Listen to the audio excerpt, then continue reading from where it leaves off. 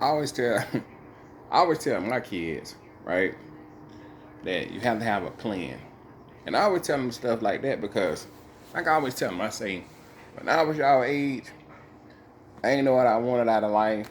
I ain't know where I was going.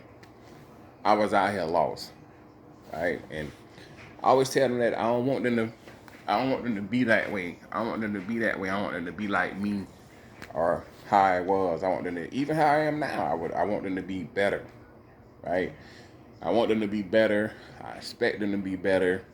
I always tell them that where they are in life now, they doing way more than I was doing at that time. They smarter than me. They more driven than me, and everything, right?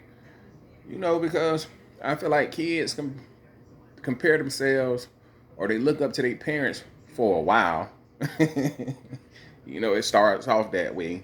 You know what I mean?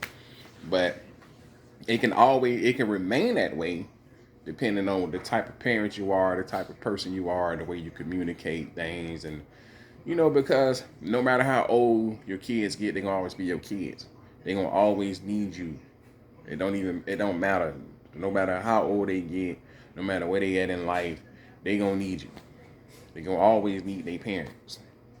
So, um, so I can't understand why a lot of people feel that broken homes are a major factor when it comes to our community. But it's not just our community because we're not the we're not. People seem to feel like that if the black household doesn't have a man in it, people always feel that way. People feel like it's only us. You feel me? And that's the part that I don't. That's the part that be pissing me off. I guess. You know what I mean? And I guess that's the major reason why I don't agree with what they say, because the problems in our community are the same problems every other community has. It's just that when things go on with us, it's magnified and blown up, right? And people try to make it seem like black kids don't have fathers. But the majority of the men or the niggas I knew growing up, they had their dad in their life. You know what I'm saying? Either he was in the home. If he wasn't in the home, he was an active father.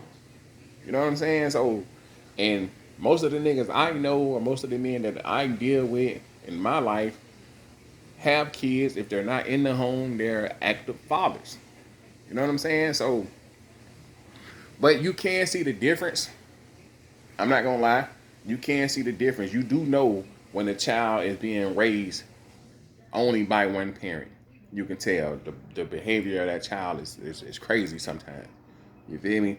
Not all of them, but most of them you can tell that, bruh, she got her hands full with him. You feel me? Because or she baby him so much, spoil him so much to the fact that he don't know what to do or he can't do when it comes to their sons.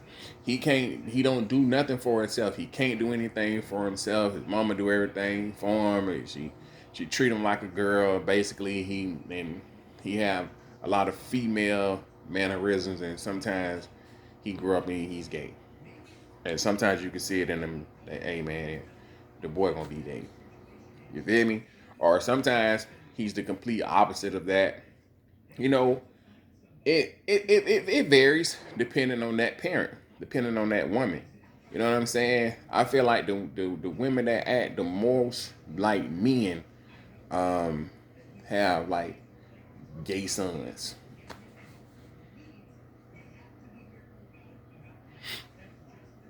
Yeah, because I don't know why. I can't even tell you why, but it seems like their sons be homosexual.